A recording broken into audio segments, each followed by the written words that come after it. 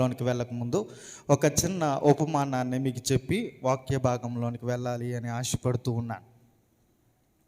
ఒక కుమారుడికి 2 కుమారులు ఉన్నారు.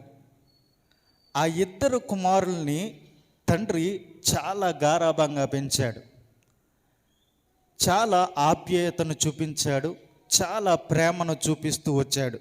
కుమారులు కూడా తండ్రితో తన యొక్క సహవాసాన్ని ఉంచుకోవడానికి ఇష్టపడ్డారు. తండ్రి మీద ఉన్నటువంటి ప్రేమను కూడా చూపిస్తూ వచ్చారు. తండ్రితో సహవాసం ఉంది, తండ్రితో సంబంధం ఉంది, తండ్రితో బంధాన్ని కొనసాగిస్తూ ఉన్నారు. ఎవరు? అటు తండ్రి, ఇటు కుమారులు. ఈ ఇరువురు కూడా వారు సంబంధ బాంధవ్యాల మధ్య ఉన్నారు. ఏది ఏమైందో తెలియదు కానీ చిన్న కుమారుడు వచ్చి, అయ్యా నేను నీతో ఉండలేదు, నీ సంబంధాన్ని నేను తెంచేసుకోవాలనుకుంటున్నాను, నీతో ఉన్నటువంటి సహవాసాన్ని నేను తెంచేసుకోవాలనుకుంటున్నాను, నీతో ఉన్నటువంటి బాంధవ్యాన్ని తెంచేసుకుని నేను బయటికి వెళ్ళిపోవాలనుకుంటున్నాను, నీ దగ్గర నేను ఉండడానికి ఇష్టపడలేదు, దయచేసి నన్ను బయటికి పంపవా అని అంటే తండ్రి తనకు వచ్చేటువంటి యావదాస్తిని ఇచ్చి బయటికి పంపించేశాడు. పంపించేసిన తర్వాత కుమారుడు ఇష్టానుసారంగా జీవించాడు, ఇష్టం వచ్చినట్లుగా వ్యవహరించాడు. అతను ఏ విధంగా జీవించాలి అని అనుకున్నాడో ఆ విధంగా జీవించాడు. తండ్రి ఇచ్చిన సంపదంతా కూడా కోల్పోయాడు, సమస్తము కూడా కోల్పోయాడు. చివరాఖరికి పందులు పొట్టి తినేటువంటి పరిస్థితికి వచ్చి అక్కడ కూర్చుని ఆలోచిస్తూ ఉన్నాడు. ఏమని అనంటే, నా తండ్రితో సహవాసంలో ఉన్నప్పుడు, నా తండ్రితో సంబంధంలో ఉన్నప్పుడు, నా తండ్రితో సంబంధ బాంధవ్యాలు కలిగినప్పుడు నా జీవితం వేరుగా ఉండేటువంటిది, నా జీవితం వేరుగా ఉండేటువంటిది. నా తండ్రితో సంబంధం ఉన్నప్పుడు నాకు ఇష్టం వచ్చినటువంటి ఆహారం నేను తిన్నాను, నాకు ఇష్టం వచ్చినట్లుగా నేను ఉన్నాను, నా కింద అనేక మంది పనివారు ఉన్నారు. ఇది నా యొక్క జీవితం. ఎప్పుడు? తండ్రితో సహవాసం ఉన్నప్పుడు, తండ్రితో సంబంధ బాంధవ్యాలు ఉన్నప్పుడు ఆ చిన్న కుమారుని యొక్క పరిస్థితి అది. కానీ ఎప్పుడైతే ఆ సంబంధంలో నుండి, ఆ సహవాసంలో నుండి బయటకు వచ్చాడో, చివరాఖరికి పందులు తినేటువంటి ఆహారం స్థితికి వచ్చాడు. దాన్ని తినేటువంటి స్థితికి వచ్చి ఆలోచన చేస్తూ ఉన్నాడు. ఏమన్నా తెలుసా? అయ్యో, నా తండ్రితో నేను సహవాసాన్ని కలిగి ఉంటే ఎంత బాగుండేది. ఎప్పుడు ఈ మాట అనుకుంటున్నాడో తెలుసా? సంబంధం తెగిపోయిన తర్వాత, సహవాసం చేజారిపోయిన తర్వాత ఏమని అనుకుంటున్నాడు అని అంటే, అయ్యో నేను నా తండ్రి దగ్గర ఉండి నా తండ్రితో నేను సంబంధాన్ని కలిగి ఉంటే ఎంత బాగుండేది, నా తండ్రితో సహవాసాన్ని కలిగి ఉంటే ఎంత బాగుండేది, నా తండ్రితో సంబంధ బాంధవ్యాలు కలిగి ఉంటే ఎంత బాగుండేది అని ఆలోచన చేస్తూ ఉన్నాడు. మనము కూడా అలాంటి పరిస్థితుల్లో ఉన్నామే. మొదట మన యొక్క విశ్వాసపు స్థాయి, విశ్వాసపు స్థితి ఏ విధంగా ఉన్నది అని అంటే, దేవునితో సహవాసము, దేవునితో బంధాన్ని కలిగి ఉన్నది. ఏమైందో తెలియదు కానీ రాను రాను రాను రాను రాను రాను దేవునితో ఆ సహవాసాన్ని మనం కోల్పోయాం, దేవునితో ఆ సంబంధాన్ని మనం కోల్పోయాం. దేవునితో ఉన్నటువంటి ఆ యొక్క అన్యోన్య సహవాసం యొక్క ఫలమును మనం కోల్పోయాం. ఇప్పుడు ఎక్కడికి వచ్చి మనం ఆలోచిస్తున్నామో తెలుసా? ఏ కుమారుడైతే ఆ పందుల పొట్టు దగ్గర కూర్చుని ఆలోచిస్తున్నాడో, మనం కూడా దేవుని దగ్గర నుండి దూరంగా జరిగిపోయి ఒక పరిస్థితికి వచ్చి ఆలోచన చేస్తూ ఉన్నాం. మరలా నేను దేవునితో సంబంధాన్ని కలుపుకోవడానికి, మరలా నేను నా తండ్రితో సంబంధాన్ని కలుపుకోవడానికి ఇష్టపడుతున్నాను, నా తండ్రి నన్ను చేర్చుకుంటాడా అనేటువంటి అభిప్రాయం మీకు రావచ్చు. ఒకవేళ అలాంటి అభిప్రాయమే మీకుంటే, నువ్వు ఎలాంటి స్థితిలో ఉన్నా, ఎలాంటి పరిస్థితుల్లో ఉన్నా తండ్రి చేర్చుకోగలిగేటువంటి సమర్థుడు. ఆ పందుల పొట్టు దగ్గర కూర్చుని ఆలోచన చేస్తూ, నా తండ్రి నన్ను చేర్చుకుంటాడా అని ఆశతో తండ్రి దగ్గరికి వెళ్తూ ఉంటే, తండ్రి అలాంత దూరాన తన కుమారుని చూసి ఏమంటున్నాడో తెలుసా? పరుగు పరుగున వచ్చి ఆయన యొక్క మెడ మీద పడి కౌగులించుకుని ముద్దు పెట్టుకుని సాదరంగా లోపలికి ఆహ్వానించాడు తండ్రి. తండ్రి దగ్గరికి రావాలి అనేటువంటి మనసుతో ఎప్పుడైతే ఆయన దగ్గరకు వస్తామో ఆయన చేర్చుకోవడానికి ఇష్టపడేటువంటి వాడు, చేర్చుకోగలిగేటువంటి వాడు ఆయన. ఆ విధంగా ఆ యొక్క కుమారుడు వచ్చాడు, తండ్రి చేర్చుకున్నాడు. తండ్రి చేర్చుకున్న తర్వాత మరలా అతనికి వచ్చింది ఏంటి అని అంటే, తండ్రితో సహవాసం వచ్చింది, తండ్రితో సంబంధం కలిగింది, తండ్రితో సహజీవనం చేయడానికి మంచి ఆపర్చునిటీ అనేటువంటిది అతనికి కలిగింది. దేవునితో సహవాసం ఉన్నది, తండ్రితో సహవాసం ఉన్నది, సహవాసం పోయింది. మరలా తండ్రి దగ్గరికి వస్తే ఆ సహవాసాన్ని ఇవ్వడానికి దేవుడు ఇష్టపడుతున్నాడు. ఈరోజు అలాంటి పరిస్థితుల్లో నీవు నేను ఉన్నట్లయితే, దేవునితో సంబంధాన్ని కోల్పోయి, దేవునితో సహవాసాన్ని కోల్పోయి, ఎక్కడో ఉండి దేవుని కోసం మళ్ళా వెతుకులాట అనేటువంటిది మన యొక్క జీవితంలో ఉంటే, దేవుడి దగ్గరికి వెళ్ళాలి అనేటువంటి ఆత్రత నీకుంటే, దేవుడు నిన్ను రమ్మంటున్నాడు, దేవుడు నిన్ను చేర్చుకోవడానికి ఇష్టపడుతున్నాడు. అలాంటి స్థితిలో నీవు నేను ఉంటే, ఈరోజు దేవుడు నిన్ను పిలవడానికి, మరలా దేవునితో సజీవ సహవాసంలో ఉండడానికి దేవుడు నీకు అవకాశాన్ని ఇస్తూ ఉన్నాడు. ఆ అవకాశాన్ని కనుక సద్వినియోగం చేసుకుంటే మరలా దేవునితో సహవాసం కలిగినటువంటి వ్యక్తిగా జీవిస్తాం. ఈ మాటలు మనం బైబిల్లో నుంచి మనం వెతకడానికి చూద్దాం. ఈ విషయాన్ని మీరు గుర్తుపెట్టుకోండి. నేను చెప్పేటువంటి మాటలు కూడా ఈరోజు వాక్యంలో మీకు ఉపయోగకరంగా ఉంటాయి అని నేను భావిస్తూ ఉన్నాను. వాక్య భాగంలోనికి వెళ్దాం. నెహెమ్యా గ్రంథము 1వ అధ్యాయము 1వ వచనం ఈ విధంగా వ్రాయబడి ఉన్నది.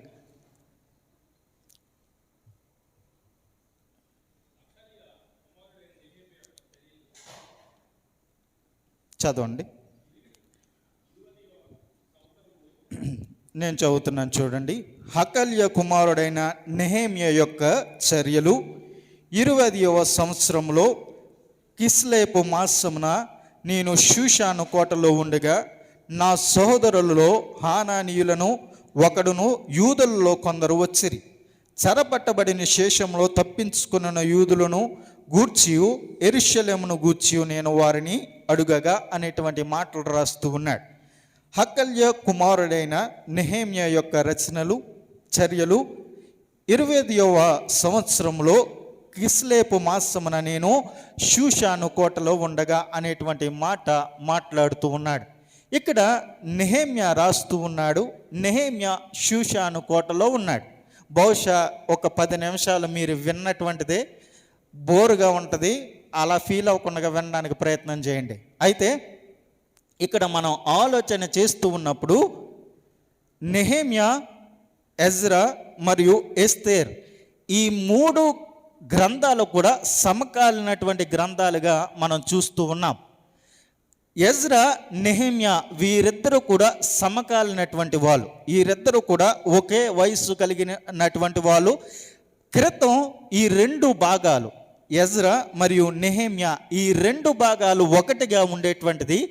రాను రాను ఏమైంది అనంటే ఈ భాగాన్ని 2 భాగాలుగా చేసి ఒకటి ఎజ్రా గ్రంథముగాను ఒకటి నెహెమ్యా గ్రంథముగాను లిఖించినట్లుగా మనం చూస్తూ ఉన్నాం.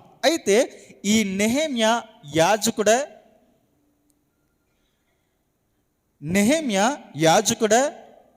కాదు, రాజా, దేవుని చేత అభిషేకించబడినటువంటి వాడా కాదు. ఇవి ఏమీ కాదు. రాజు కాదు, లేకపోతే దేవుని చేత అభిషేకించబడినటువంటి వాడు కాదు, లేకపోతే ఆయన పాస్టర్ గారా, అది కూడా కాదు.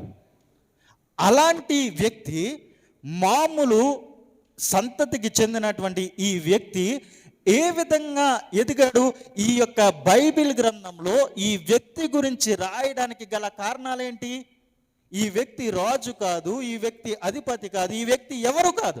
అయినను సరే పరిశుద్ధాత్ముడు ఈ వ్యక్తి యొక్క జీవితాన్ని, ఈ వ్యక్తి చేసినటువంటి పనిని బైబిల్ గ్రంథంలో ఎందుకని పెట్టాడు? ఈ వ్యక్తి జీవితం నుండి నీకు నాకు పాఠము నేర్పించడం దేవుని యొక్క ఉద్దేశమై ఉన్నది. కాబట్టి ఈ వ్యక్తి పేరు మీద ఒక గ్రంథం లిఖించబడి ఉన్నది. ఒక గ్రంథం ఈ వ్యక్తి పేరు మీద లిఖించబడి ఉన్నది. అయితే అసలు ఈ యొక్క నెహెమ్యా ఎవరు అనంటే, నెహెమ్యా యూదుడు. నెహెమ్యా యూదుడు. నెబుకద్నెజరు ఈ యొక్క యూదులందరినీ కూడా చెరగొనిపోయాడు. ఆ ఆలయంలో ఉన్నటువంటి వస్తువులను అన్నిటినీ కూడా ఆయన తీసుకుని వెళ్ళిపోయాడు. గోడకి ఉన్నటువంటి బంగారమును కూడా ఒలుచుకుని వెళ్ళిపోయాడు. ఆ వెళ్ళిపోతూ ఉన్నప్పుడు యూదులను కూడా చెరగా తీసుకుని వెళ్ళిపోయాడు. అయితే ఇక్కడ మనం నెహెమ్యాని మనం గమనిస్తూ ఉన్నప్పుడు ఈ నెహెమ్యా ఎవరు అనంటే, చెరగొనిపోయినటువంటి వారిలో నెహెమ్యా కూడా ఒకడు. నెహెమ్యా చెరపట్టబడినటువంటి వాడు, చెరకు అప్పగింపబడినటువంటి వాడు. చెరకు అప్పగింపబడినటువంటి వాడి యొక్క పరిస్థితి ఏ విధంగా ఉంటుందో తెలుసా? ఒక రాజ్యము, ఒక దేశము, లేకపోతే ఒక రాజు కొంతమందిని ఆయన చెరగా తీసుకుని వెళ్ళిపోతే అక్కడ ఆ రాజ్యంలో, ఆ దేశంలో వారు చేసేటువంటి పని ఏంటో తెలుసా? అత్యంత కష్టతరమైనటువంటి పనికి వారిని పురమాయిస్తారు. అత్యంత కఠినతరమైనటువంటి పనికి వారిని పెడతారు. ఈ నెహెమ్యా మరియు కొంతమంది యూదులు దేనికి వెళ్ళారో తెలుసా? అత్యంత కఠినతరమైనటువంటి పనిలో ఉండడానికి వారిని తీసుకుని వెళ్ళాడు. అత్యంత కఠినతరమైనటువంటి పని చేస్తున్నారు.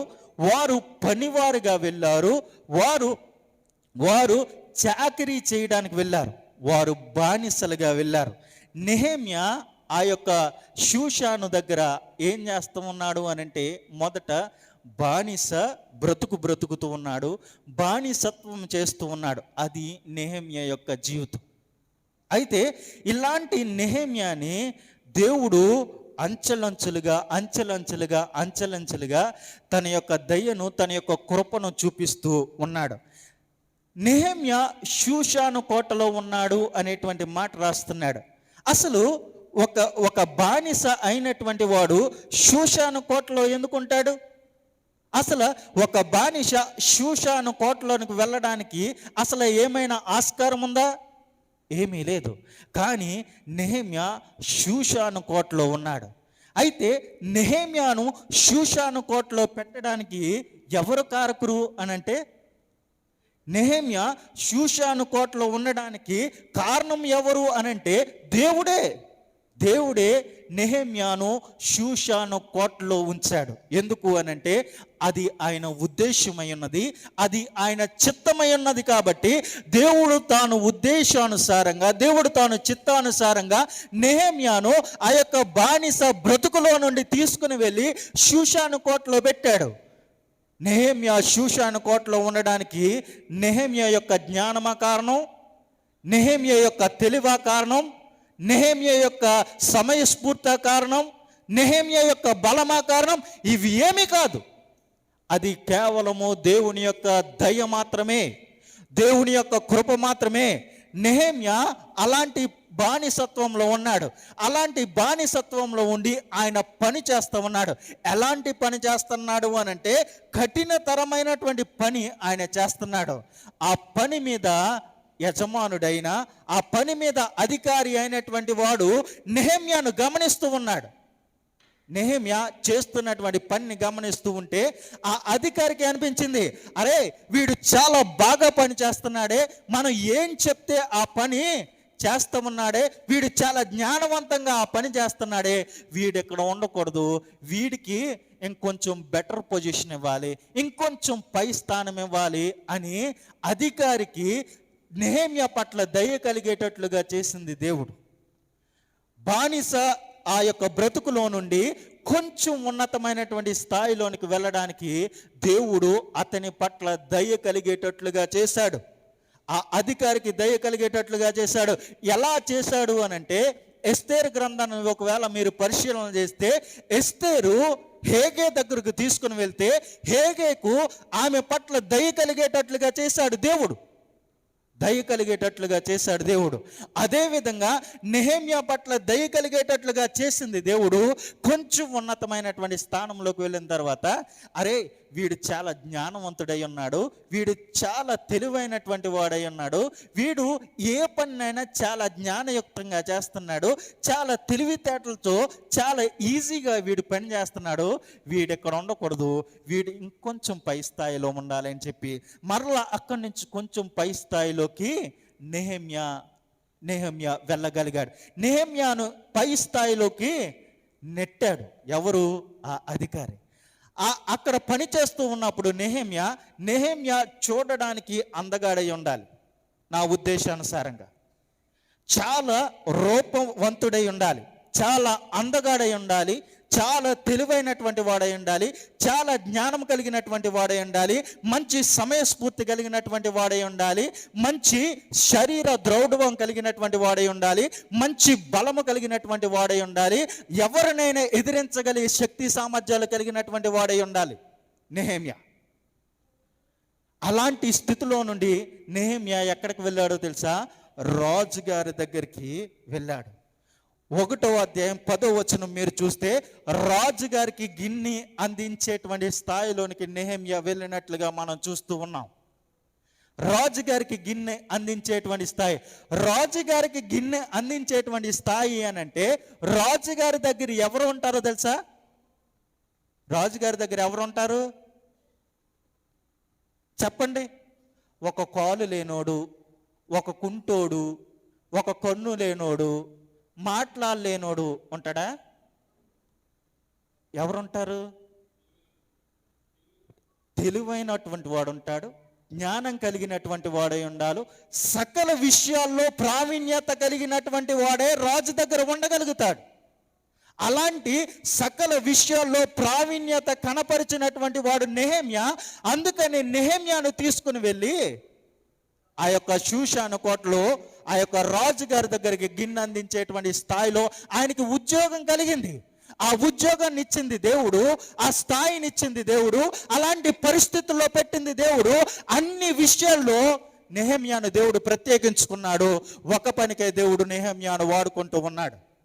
మరలా చెప్తాను, నెహెమ్యా అన్ని విషయాల్లో ప్రత్యేకించబడ్డాడు. ఒక విషయంలో దేవుడు నెహెమ్యాను వాడుకుంటున్నాడు.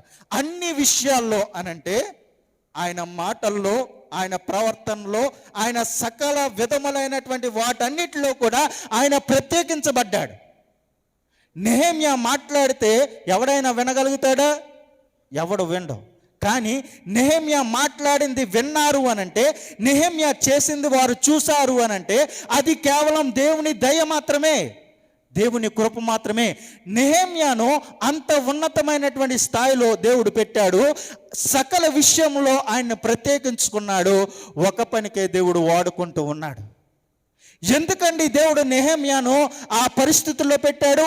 అంత ఉన్నతమైనటువంటి స్థాయిలో దేవుడు ఎందుకు పెట్టాడు అనంటే, నెహెమ్యా దేవునితో సజీవ సహవాసం కలిగి ఉన్నాడు కాబట్టి, దేవునితో సజీవ సహవాసం కలిగి ఉన్నాడు కాబట్టి దేవుడు తన యొక్క దయను, తన యొక్క కృపను నెహెమ్యా పట్ల చూపిస్తూ వచ్చాడు.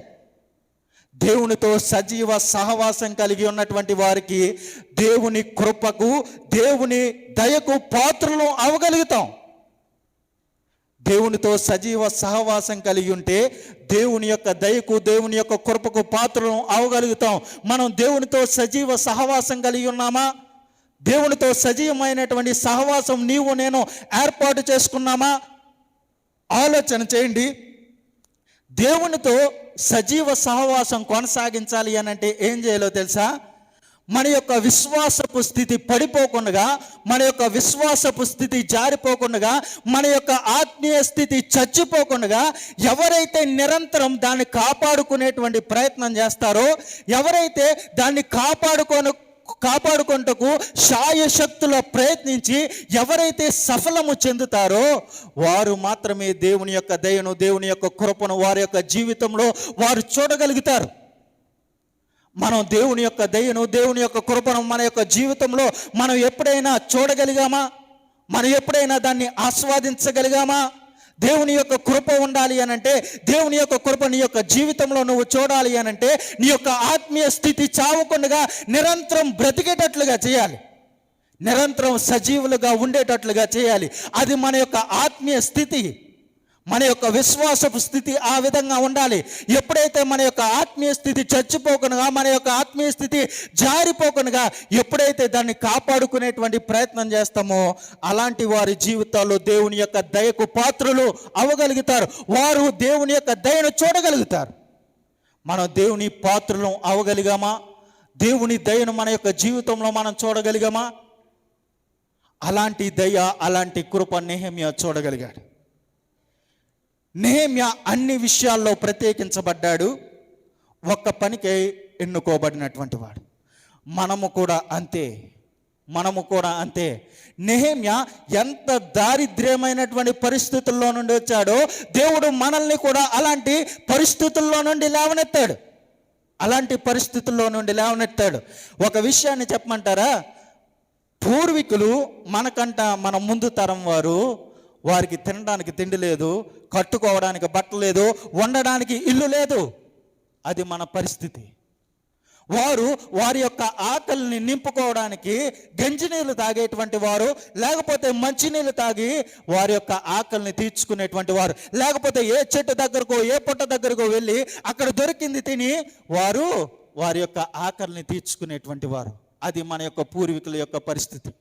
కానీ అలాంటి స్థితిలో నుండి దేవుడు మనల్ని జ్ఞాపకం చేసుకుంటూ, దేవుడు తన యొక్క దయను చూపిస్తూ, దేవుడు తన యొక్క కృపను చూపిస్తూ, దేవుడు తరము తర్వాత తరము మనల్ని హెచ్చించుకుంటూ, మనల్ని బలపరుస్తూ, తన యొక్క దయను మన ఎడల చూపిస్తూ ఇలాంటి పరిస్థితి దేవుడు మనకిచ్చాడు. ఇలాంటి పరిస్థితి మనకు దేవుడిచ్చాడు. అత్యంత కటిక భేద స్థితిలో నుండి ఈరోజు అత్యంత ధనికమైనటువంటి వాళ్ళుగా దేవుడు మనల్ని ఉంచాడు. ఏమండి, అలాంటి పరిస్థితుల్లో మనం ఉంటే ఉండగలమా? ఉండలేం. కానీ అలాంటి పరిస్థితుల్లో నుండి దేవుడు మనల్ని లేవనెత్తి అంచెలంచెలుగా తన యొక్క దయను, తన యొక్క కృపను మన ఎడల చూపించాడు. ఈరోజు మనకి తినడానికి అనేకమైనటువంటి ఆహార పదార్థాలు ఉన్నాయి. మనం కట్టుకోవడానికి కొన్ని వందల జతల బట్టలు మనకున్నాయి. మనం తినేగా కొంతమందికి పెట్టగలిగేటువంటి శక్తి సామర్థ్యాలు దేవుడు మనకిచ్చాడు. మనకు ఉండడానికి అత్యంత విలాసవంతమైనటువంటి గృహాలు దేవుడు మనకిచ్చాడు. దేవుడు అలాంటి పరిస్థితుల్లో నుండి ఎలాంటి పరిస్థితుల్లోనికి తీసుకుని వచ్చాడు. ఇది ఆత్మ సంబంధము కాదు, కానీ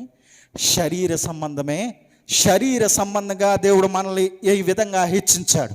ఎంత ప్రత్యేకమైనటువంటి స్థానాన్ని దేవుడు మనకిచ్చాడు, ప్రత్యేకమైనటువంటి స్థితిని దేవుడు మనకిచ్చాడు. ఈరోజు నీవు అనుభవిస్తుంది ఏదైనా కూడా అది దేవుని దయ వలనే, దేవుని కృప వలనే అనేటువంటి విషయం నీవు నేను మర్చిపోకూడదు. ఏమండి, నేను చాలా కష్టపడ్డాను కాబట్టి నేను డాక్టర్ అయ్యానండి. నేను చాలా కష్టపడ్డాను అందుకనే నేను కలెక్టర్ అయ్యాను. నేను చాలా కష్టపడ్డాను అందుకనే దేవుడు నాకు గవర్నమెంట్ ఉద్యోగం ఇచ్చాడు. నేను చాలా కష్టపడ్డాను కాబట్టి ఇలాంటి స్థాయిలో ఉన్నాను అని మీరు అనుకోవచ్చు. మీరు ఎంత కష్టపడినా దేవుని దయ మీ జీవితంలో లేకపోతే మీరు ఎంత కష్టపడినా అది వృధానే. ఎందుకు ఈ మాట అంటున్నాను తెలుసా? మనకి అన్నీ ఇచ్చింది దేవుడే. ఈరోజు నీవు అనుభవిస్తున్నటువంటిది ఏదైనప్పటికీ కూడా అది ఇచ్చింది దేవుడే. ఎందుకు ఈ మాట అంటున్నాను తెలుసా? యోబు 1వ అధ్యాయంలో ఉంటుంది.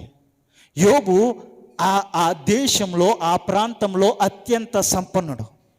ఆయన దగ్గర గొర్రెలు ఉన్నాయి, ఆయన దగ్గర మేకలు ఉన్నాయి, ఆయన దగ్గర ఒంటెలు ఉన్నాయి, ఆయన దగ్గర పనిచేసేటువంటి వారు అనేక మంది ఉన్నారు. ఇవన్నీ కూడా ఉన్నప్పుడు ఆయన బాగానే ఉన్నాడు. ఇవన్నీ ఒకటి తర్వాత ఒకటి పోతూ ఉంటే చివరాఖరికి ఆయన నిలబడినటువంటి నేల కూడా అతనిది కాదు అనేటువంటి స్థితిలోనికి వచ్చిన తర్వాత ఆయన ఇచ్చినటువంటి అద్భుతమైనటువంటి స్టేట్మెంట్ ఏంటో తెలుసా? దేవుడు ఇచ్చాను, దేవుడు తీసుకున్నాను. ఈ మాట ఎవరు అనగలుగుతారు? సార్, అలాంటి పరిస్థితుల్లో నుండి దేవుడు నన్ను ఎంత ఉన్నతమైనటువంటి స్థితిలోకి పెట్టాడు సార్ అని ఎవడు అనగలుగుతాడు?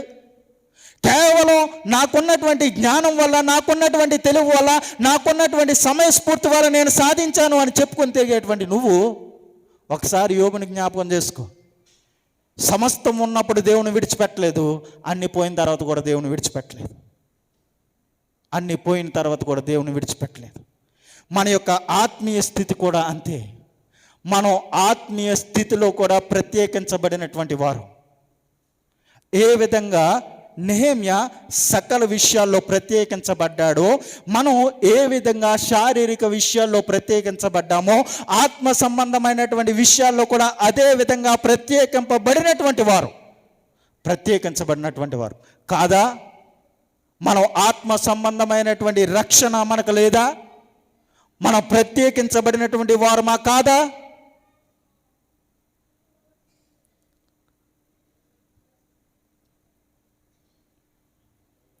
మనం ప్రత్యేకించబడినటువంటి వారమా కాదా? ఆత్మీయానుసారంగా నీకు ప్రత్యేకత ఉందా లేదా? ఉంది. ఏ విధంగా ప్రత్యేకించబడ్డావు? ఏ విధంగా ప్రత్యేకించబడ్డాం? ఎస్, మనం ఏ విధంగా ప్రత్యేకించబడ్డామో తెలుసా? మనం ప్రత్యేకించబడక ముందు కాల్చబడ్డాం.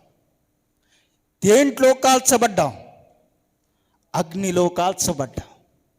అగ్నిలో కాల్చబడి పుటము వేయబడి బయటకు వచ్చినటువంటి నీవు, అగ్ని చేత కాల్చబడినటువంటి నీవు ప్రత్యేకించబడినటువంటి వాడు. ఏ విధంగా నీవు అగ్నిలో కాల్చబడ్డావో తెలుసా? మనం పాపంలో కొట్టుమిట్టాడుతూ ఉన్నప్పుడు, పాపంలో మనం బ్రతుకుతూ ఉన్నప్పుడు, ఆ పాపంలో మనం జీవిస్తూ ఉన్నప్పుడు, అరే నువ్వు ఈ జీవితాన్ని జీవించకూడదు, ఈ విధంగా నువ్వు బ్రతకూడదు, నువ్వు నన్ను ఎరుగు, నీ పాపములను నా దగ్గర ఒప్పుకో, నీ యొక్క శాపములను నా దగ్గర ఒప్పుకో, నీకు ప్రాయశ్చిత్తం నేను చేస్తాను, ప్రాయశ్చిత్తం చేసి నేను ప్రత్యేకించుకుంటాను అని అంటే, మనం చేసింది ఏంటో తెలుసా? ఆయన దగ్గరికి వెళ్ళి మన పాపములను ఒప్పుకొని ప్రాయశ్చిత్తము చేసుకున్నట్టు ద్వారా ఆయన తన రక్తంలో మనల్ని కడిగాడు. ఆయన రక్తంలో మనల్ని కలిగాడు. ఆయన రక్తంలో మనల్ని శుద్ధీకరించాడు.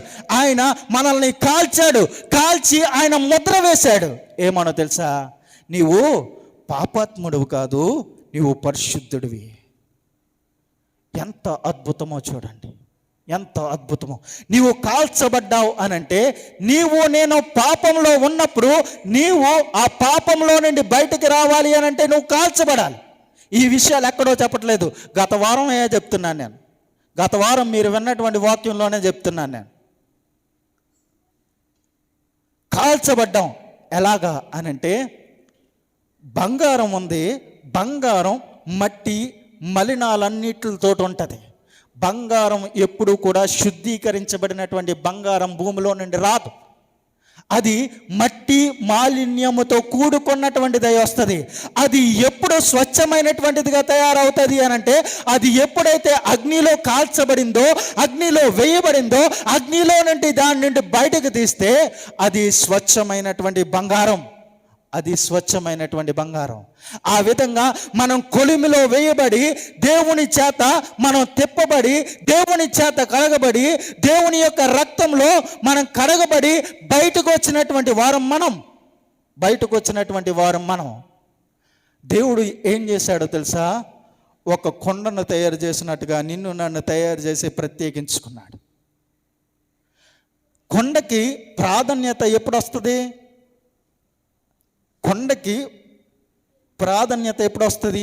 అది కొండగా ఉన్నప్పుడు మాత్రమే. మట్టిగా ఉన్నప్పుడు దానికి ఉన్నటువంటి ప్రాధాన్యత ఉంటుందా? ఉండదు.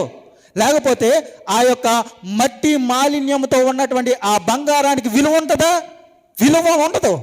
అది ఎప్పుడు విలువ కలిగినటువంటిది అవుతుంది అనంటే, కాల్చబడినది. ఎప్పుడు ఆ కొండ మంచి సుందరంగా రూపించబడుతుంది అనంటే, ఒక కుమ్మరి వాని చేతిలోనికి వెళ్ళిన తర్వాత మాత్రమే. ఇలా వెళ్ళకుండగా అది ప్రత్యేకించబడదు. ఇది అగ్నిలోనికి వెళ్ళకుండగా దానికి ప్రత్యేకమైనటువంటి స్థానము, స్థితి రాదు. మనము కూడా ప్రత్యేకించబడకుండా, కాల్చబడకుండా మనలో ప్రత్యేకత అనేటువంటిది ఉండదు. నీవు నేను ఆత్మ సంబంధంగా పుటము వేయబడి కాల్చబడిన తర్వాత ఆయన రక్షణ తీసుకొని ఈ మందిరంలో ఒక బిడ్డగా ఆయన చేర్చుకున్నాడు. కాబట్టి ఆయన సంఘంలో నీవు నేను సభ్యులము అవ్యాం. కాబట్టి నీవు నేను ప్రత్యేకించబడినటువంటి వారు. ఏ విషయాల్లో ప్రత్యేకించబడ్డావు? ఎవరిలో నుండి నీవు ప్రత్యేకించబడ్డావు? ఎవరిలో నుండి నీవు ప్రత్యేకించబడ్డావు తెలుసా? ఈ లోక నివాసులతో నీవు ప్రత్యేకించబడ్డావు. ఒక విషయాన్ని చెప్పమంటారా? లోకంలో సంఘం ఉంది, సంఘంలో లోకం లేదు. మళ్ళీ చెప్తున్నా, లోకంలో సంఘం ఉంది, సంఘంలో లోకం లేదు. లోకము సంఘము లోకము ఒకటి కాదు. సంఘము వేరు, లోకం వేరు. నీవు నేను ప్రత్యేకించబడింది ఎవరి దగ్గర నుండే తెలుసా? ఈ లోక నివాసులలో నుండి నీవు ప్రత్యేకించబడ్డావు. ఈ లోకంలో ఈ లోకస్తుల మాదిరిగా నువ్వు బ్రతకూడదు. ఈ లోకస్తులు పోలి నువ్వు బ్రతకూడదు. ఈ లోకస్తులు వ్యవహరించినట్లుగా నువ్వు వ్యవహరించకూడదు.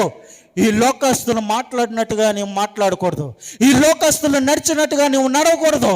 ఈ లోకస్తులు తయారైనట్లుగా నువ్వు తయారవకూడదు. ఈ లోకస్తులు అలంకరించుకున్నట్లుగా నువ్వు అలంకరించుకోకూడదు. ఎందుకు అనంటే నీవు నేను ప్రత్యేకించబడ్డాం. నీ నడక, నీ పడక, నీ నడత అన్నీ కూడా ప్రత్యేకం. ఈ ప్రత్యేకతను ఎంతమంది కాపాడుకోగలుగుతూ ఉన్నాము? ఈ రాత్రి ఎంతమంది కాపాడుకుంటున్నాం? ఈ యొక్క సంవత్సర ఆదిలో ఈ మాటలు మీరు వింటున్నారు. ఒకవేళ మీరు కాపాడుకునేటువంటి ప్రయత్నం చేస్తే వెల్ అండ్ గుడ్. మీరు దీన్ని పోగొట్టుకుంటే, ఈ యొక్క ప్రత్యేకతను మీరు పోగొట్టుకుంటే, దేవుడు ఇప్పుడు అవకాశాన్ని ఇస్తా ఉన్నాడు. ఆ ప్రత్యేకత మరలా మీరు చేజెక్కించుకోవడానికి దేవుడు నీకు అవకాశాన్ని ఇస్తూ ఉన్నాడు. మనకున్నటువంటి ప్రత్యేకత అది. మనకున్నటువంటి ప్రత్యేకతను మనం కోల్పోతూ ఉన్నామా? మన యొక్క స్థాయి, మన యొక్క స్థితి మనం ఆలోచించుకోవాలి. ఆలోచించుకోకపోతే ఎందుకండి క్రైస్తవ జీవితం? ఆలోచించుకోకపోతే ఎందుకు క్రైస్తవ జీవితం? ఒక విషయాన్ని చెప్పమంటారా? మనం ఏ విషయాల్లో పడిపోయామో చెప్పమంటారా? ఏ విషయాల్లో జారిపోయామో చెప్పమంటారా?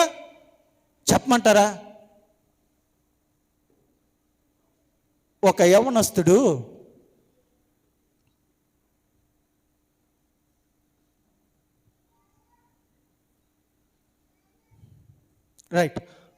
యవనస్తుడు పాస్టర్ గారి దగ్గరికి వచ్చి ఈ విధంగా మాట్లాడుతున్నాడు.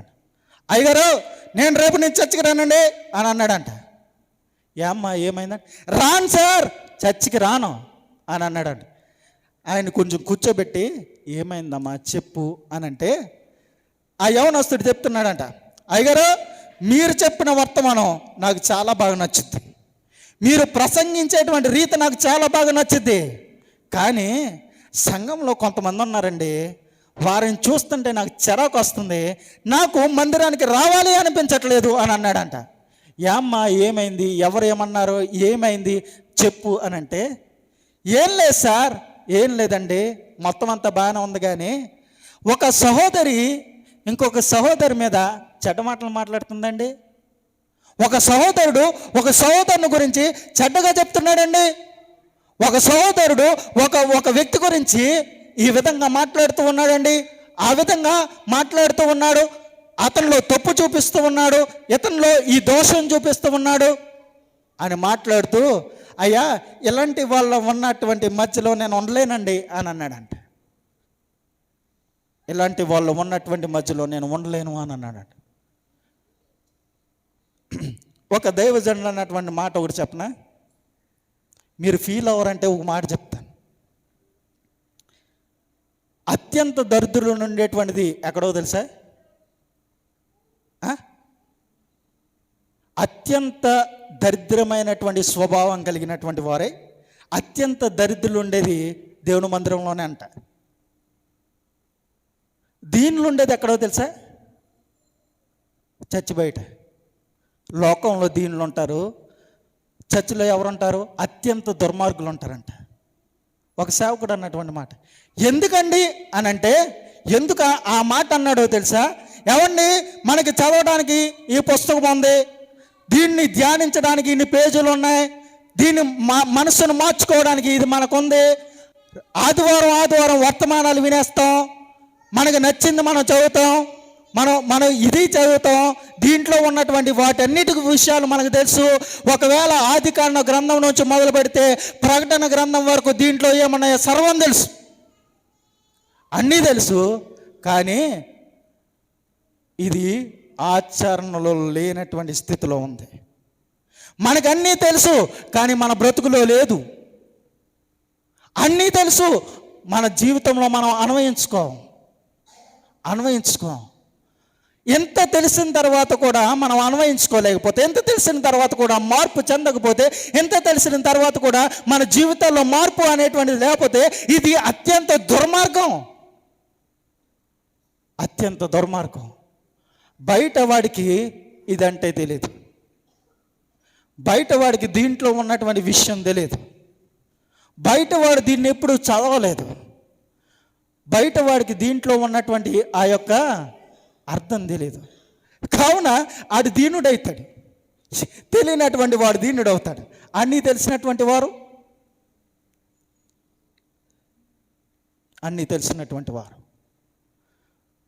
ఒక వ్యక్తి గురించి ఒక వ్యక్తి దగ్గర చెడ్డగా చెప్తున్నారు అని అంటే, ఇది బైబిల్ గ్రంథంలో ఎక్కడైనా ఉందా? ఈజ్ దేర్ ఎనీ వర్స్ ఈ యొక్క బైబిల్ గ్రంథంలో ఒక వ్యక్తి గురించి చెడ్డగా చెప్పమని, ఒక వ్యక్తి గురించి చెడ్డగా మాట్లాడమని ఈ గ్రంథంలో, మీ గ్రంథంలో, మీరు చర్చికి సంఖలో పెట్టుకొచ్చిన గ్రంథంలో ఎక్కడైనా రాసి పెట్టుందా? ఎక్కడా లేదు. ఎక్కడ ఎదుటివాడి గురించి దుర్భాషలాడమని, ఎదుటివాడి గురించి చెడుగా చెప్పమని ఎక్కడా లేదు. మరి మనం ఎందుకు చెప్తున్నాం?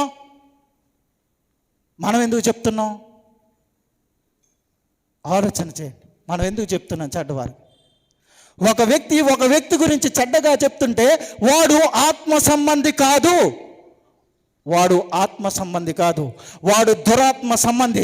దురాత్మ వాడిలోనికి ప్రవేశించి వాడి యొక్క ఆత్మను స్వాధీనం చేసుకుని, వాడి యొక్క హృదయాంతరంగమునంతటిని కూడా స్వాధీనం చేసుకుని ఇతరుల పట్ల దుర్మార్గంగా వ్యవహరించడానికి, ఇతరుల పట్ల చెడ్డగా చెప్పడానికి ఆ దురాత్మ ఆయన్ని ప్రోత్సహిస్తుంది అనేటువంటి విషయం నీవు నేను గమనించకపోతే ఎట్లా? ఒక వ్యక్తి గురించి చెడ్డగా మాట్లాడుతూ ఉన్నప్పుడు ఆ మాట 10 మంది వింటా ఉన్నారే, మీ 10 మంది ఏమవుతారు? దురాత్మ సంబంధమైనటువంటి వాడు ఒకడు మాట్లాడుతుంటే 10 మంది వింటా ఉన్నారు అని అంటే మీరు కూడా దురాత్మ సంబంధులే. దీంట్లో ఏ విధమైనటువంటి భేదం లేదు. మీరు దేవుని ఆత్మ సంబంధి కలవారుగా ఉంటారా, దురాత్మ సంబంధి కలవారుగా ఉంటున్నారా? ఒక వ్యక్తి గురించి చెడ్డగా మాట్లాడుతూ ఉన్నప్పుడు, ఒక వ్యక్తి గురించి చెడ్డగా చెప్తూ ఉన్నప్పుడు వారు ఆలోచించుకోవాల్సినటువంటి విషయం, వాడు నాకు ఏమైనా కష్టం కలిగించాడా, వాడు నాకు నష్టం కలిగించాడా, వాడు నాకు బాధ కలిగించాడా, వాడు నన్ను కష్టపెట్టాడా, వాడు నాకు నష్టం కలిగించాడా? ఇవి ఏమీ చేయలేనప్పుడు ఒక వ్యక్తి గురించి ఎందుకు చెడ్డగా మాట్లాడతావు? ఒక వ్యక్తి గురించి ఎందుకు చెడ్డగా మనం మాట్లాడుకుంటాం? ఇవి ఏమి చేయలేనప్పుడు ఆ వ్యక్తి నీకు ఏం చెడ్డ చేశాడని మాట్లాడతావు నువ్వు? నీకు ఎప్పుడైనా చెడ్డ చేస్తే, ఎప్పుడైనా నీకు బాధ కలిగిస్తే, ఎప్పుడైనా నీకు కష్టం కలిగిస్తే చెప్పుకో, పర్లే. కానీ ఏ కష్టమో ఏ నష్టమో కలిగించనటువంటి ఒక వ్యక్తి మీద ఆ దుర్భాషలాడడానికి గల కారణం, ఒక వ్యక్తి మీద అసూయ చెందడానికి గల కారణం, ఒక వ్యక్తి మీద ఆ అహంకారం కలిగి జీవించడం, ఇవన్నీ కూడా దురాత్మ సంబంధమైనటువంటి విషయాలు. ఈ ఒక్క విషయం నేను మీకు చెప్పనా? నా జీవితంలో నేను చూసినటువంటి అత్యంత ఘోరమైనటువంటి సంఘటన. కేవలం మాట వల్ల ఎంత ప్రమాదం తెచ్చిపెట్టుకుంటారు అనేటువంటి విషయాన్ని నేను మీకు చెప్తాను. రోడ్డు మీద నిల్చున్నాం, ఎదురుగా యాక్సిడెంట్ అయింది. ఒక ఆమె చావు బ్రతుకుల మధ్య కొట్టుమిట్లాడుతూ ఉంది. ఒక ఆయన వచ్చి అడుగుతూ ఉన్నాడు, ఏమండి ఆవిడ మీకు ఎవరికన్నా తెలుసా అని మాట్లాడుతూ ఉంటే నా పక్కన ఉన్నటువంటి వ్యక్తి అన్నాడు, బాబు నాకు తెలుసు అని అన్నాడు. నాకు తెలుసు. అరే తెలుసు అన్నావు, మరి వెళ్ళి రక్షించుకోవచ్చు కదా, వెళ్ళి కాపాడవచ్చు కదా, వెళ్ళి హాస్పిటల్కి తీసుకెళ్ళొచ్చు కదా, చావు బ్రతుకుల మధ్య ఉన్నది, వెళ్ళి రక్షించు అని అంటే, అది చచ్చినా పర్లేదు కానీ నేను దాన్ని కాపాడినాను అన్నాడు. అది చచ్చినా పర్లేదు, దాన్ని నేను కాపాడను. ఎందుకన్నాడో తెలుసా? ఎందుకంటే ఆమె ఆ విధంగా మాట్లాడుతున్నారు, మీలో మానవత్వం లేదా, మానవత్వం చచ్చిపోయిందా అని పక్క ఆయన అంటే, ఆయన ఏమన్నాడో తెలుసా? దానిని ఈ విధంగా నేను అన్నాడు, లిటరల్గా ఆమెను అని కూడా అనలేదు, దానిని నేను కన్న చెల్లులుగా చూశాను, నా తోడ పుట్టిన దానిలాగా నేను దాన్ని చూశాను. అయితే నేను దానికి కావలసినవి అన్నీ చేశాను.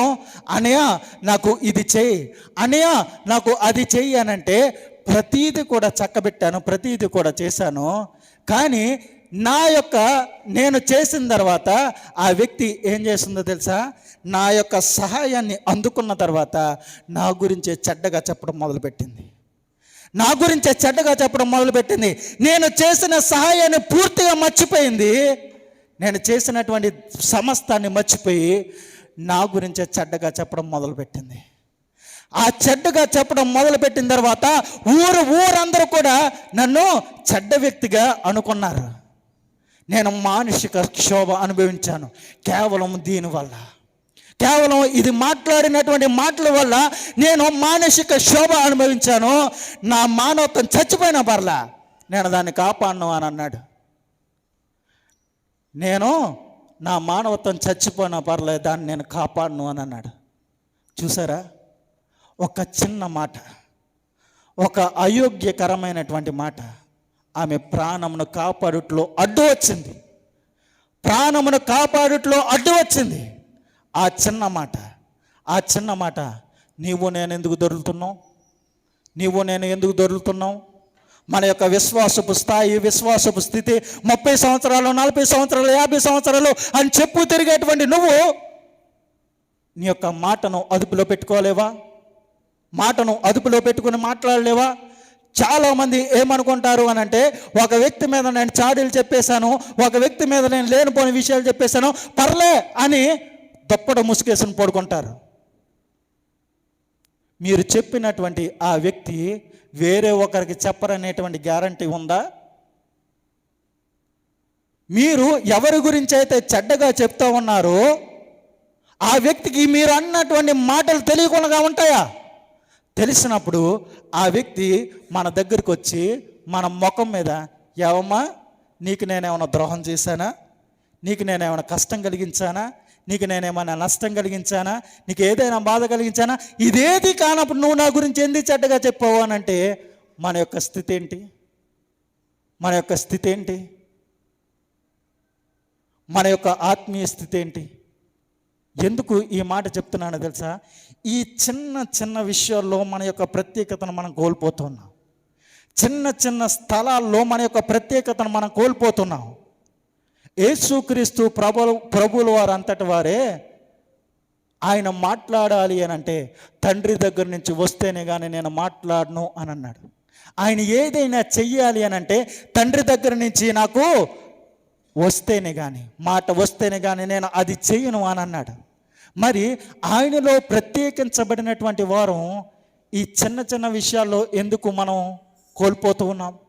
ఎందుకని మనం జారవిడ్చుకుంటున్నాం మన యొక్క ప్రత్యేకతను? మన యొక్క ప్రవర్తన విషయంలో ఆ యొక్క పాస్టర్ గారి దగ్గరికి ఆ యొక్క యవనస్తుడు వచ్చి మొదటగా అది చెప్పాడు. రెండవదిగా ఏం చెప్పాడు తెలుసా? అయ్యగారు, సంఘంలో అందరూ కూడా షో ఆఫ్ గర్లేనండి, లేకపోతే అందరూ కూడా నటించే వాళ్ళండి, కానీ నిజమైనటువంటి ప్రవర్తన ఎవరికి లేదు తెలుసండి అని అన్నాడట. ప్రవర్తన సరిగ్గా లేదు అని అన్నాడు. ఒకటి, వీరి మీద వాళ్ళ మీద వీళ్ళు చెప్పుకొని తిరుగుతున్నారు. రెండవది, సంఘంలోకి వచ్చే వాళ్ళు ఎవరి ప్రవర్తన కూడా సరిగా లేదండి అని అన్నాడంట. మన ప్రవర్తన ఏ విధంగా ఉన్నది? ఒక విషయాన్ని చెప్పమంటారా? బహుశా ఇది పెట్టి 20 సంవత్సరాలు అయిందండి. 20 సంవత్సరాలు అయింది. 20 సంవత్సరాల్లో ప్రతి సంవత్సరం 10 మంది చెప్పున వేసుకుంటే ఎంతమంది అవుతారు? ప్రతి సంవత్సరం 10 మంది కొత్త వాళ్ళు మందిరానికి వస్తే 200 మంది అవుతారు. మనం ఎంతమంది ఉన్నాం? సరిగ్గా లెక్క పెడితే 100 లోపు కూడా కాదు. 100 లోపు కూడా కాదు. మన యొక్క ప్రవర్తన అనేక మంది దేవుని మందిరానికి రాకుండా ఆప్ చేస్తూ ఉన్నది. మన యొక్క వ్యక్తిగత ప్రవర్తన మందిరమునకు రాకుండా అనేక మందిని దూరపరుస్తుంది అనేటువంటి విషయాన్ని మనం గమనించుకున్నామా? మనం ఎలాంటి స్థితిలో ఉండాలి అని అంటే, మనం నేర్పించేటువంటి స్థితిలో ఉండాలి. మనం నేర్పించేటువంటి స్థితిలో ఉండాలి. అరే వాడు చూడు, వాడి యొక్క మాట తీరు చూడు, వాడు క్రైస్తవుడురా. అరే వాడి యొక్క నడవడిక చూడు, వాడు క్రైస్తవుడురా. అరే వాడు వ్యవహరించుతున్న విధానం చూడు, వాడు క్రైస్తవుడురా. ప్రతి విషయంలోనూ మాదిరిగా ఉండవలసినటువంటి నీవు, ప్రతి విషయంలో ఇతరులకు చెప్పవలసినటువంటి మనం ఏం చేయగలుగుతున్నామో తెలుసా? మనమే ఇంకా చెప్పించుకోగలుగుతున్నాం. అమ్మా నువ్వు ఎలా ఉండకూడదు, అమ్మా నువ్వు అలా ఉండకూడదు. ఏంటి 30 సంవత్సరాల విశ్వాసపు జీవితంలో కూడా ఉన్నా, 30, 40, 50 సంవత్సరాల విశ్వాస జీవితంలో ఉన్నా సరే ఇంకా ఎవడో ఒకడి చేత చెప్పించుకునేటువంటి దుస్థితిలోనే ఉన్నాం. ఇంకా అలాంటి పరిస్థితుల్లోనే ఉన్నాం. ఎవడో వచ్చి మనకు చెప్పడం ఏంటండి? మనం 100 మందికి చెప్పాలి. మనం 100 మందికి చెప్పాలి. మన యొక్క ప్రవర్తన చూసి తండోపతండాలుగా ఈ మందిరంలో చేరి దేవుణ్ణి ఆరాధించాలి, దేవుని స్తుతించాలి. కానీ ఏ ఒక్కడు కూడా మన ద్వారా సంఘానికి నడిపించినటువంటి వాడు లేడు. ఏ ఒక్కరిని కూడా మనం నడిపించలేనటువంటి అత్యంత దౌర్భాగ్యమైనటువంటి పరిస్థితుల్లో మనం ఉండిపోతూ ఉన్నాం. దేవుడిచ్చినటువంటి ప్రత్యేకత అదా? దేవుడిచ్చినటువంటి ప్రత్యేకత అదా మనకి? దేవుడు వెళ్ళి సర్వ సృష్టికి సువార్త ప్రకటించండి అని అన్నాడు. ఇది ఎలాగా చేయట్లేదు. కేవలం మన ప్రవర్తన మనం చక్కదిద్దుకొని అనేక మందిని దేవుని వైపు ఆకర్షించేటువంటి భాగ్యం దేవుడు మనకిస్తూ ఉన్నాడు. దాన్ని పోగొట్టుకునేటువంటి ప్రయత్నం మనం చేస్తూ ఉన్నామా? పోగొట్టుకునేటువంటి ప్రయత్నం చేస్తూ ఉన్నామా? దేవుడు మనకిచ్చినటువంటి సకల ప్రత్యేకతలను మనం కోల్పోతూ ఉన్నాం. ఈ విధమైనటువంటి ప్రత్యేకత దేవుడు మనకిచ్చాడు. మాటలో ప్రత్యేకంగా ఉండాలి, మన యొక్క నడవడికలో ప్రత్యేకంగా ఉండాలి, మన యొక్క చూపు ప్రత్యేకతగా ఉండాలి, మన యొక్క సర్వ అవయవాలు కూడా ప్రత్యేకత కలిగినటువంటి వ్యక్తులుగా ఉండాలి. నీవు నేను ఎప్పుడు ఎత్తబడతామో తెలుసా? నీవు అన్ని విషయాల్లో ప్రత్యేకించబడినటువంటి వాడవై. ఏ విధంగా దేవుడు తన యొక్క పనిని చూపించాడో ఆ పనిని ముగించుకుంటే, ప్రత్యేకత పని ఇవి ముగించుకుంటే నువ్వు ఎత్తబడతావు, లేకపోతే విడవబడతావు. ఎలాంటి స్థితిలో ఉన్నాం? దేవుడిచ్చినటువంటి ఆ ప్రత్యేకతలో నుండి మనం ఆ ప్రత్యేకత ఒకవేళ మన జీవితంలో కొరువైతే, లేకపోతే మరలా ఆ ప్రత్యేకతను మన యొక్క జీవితంలో తెచ్చుకుని మరలా ఆ ప్రత్యేకవంతులుగా నీవు నేను ఉండాలని తెలియజేస్తూ నా మాటలు నేను ముగిస్తూ ఉన్నాను. దేవుడి మాటలు మనం గుడిలో దీవించును గాక. ఆమేన్.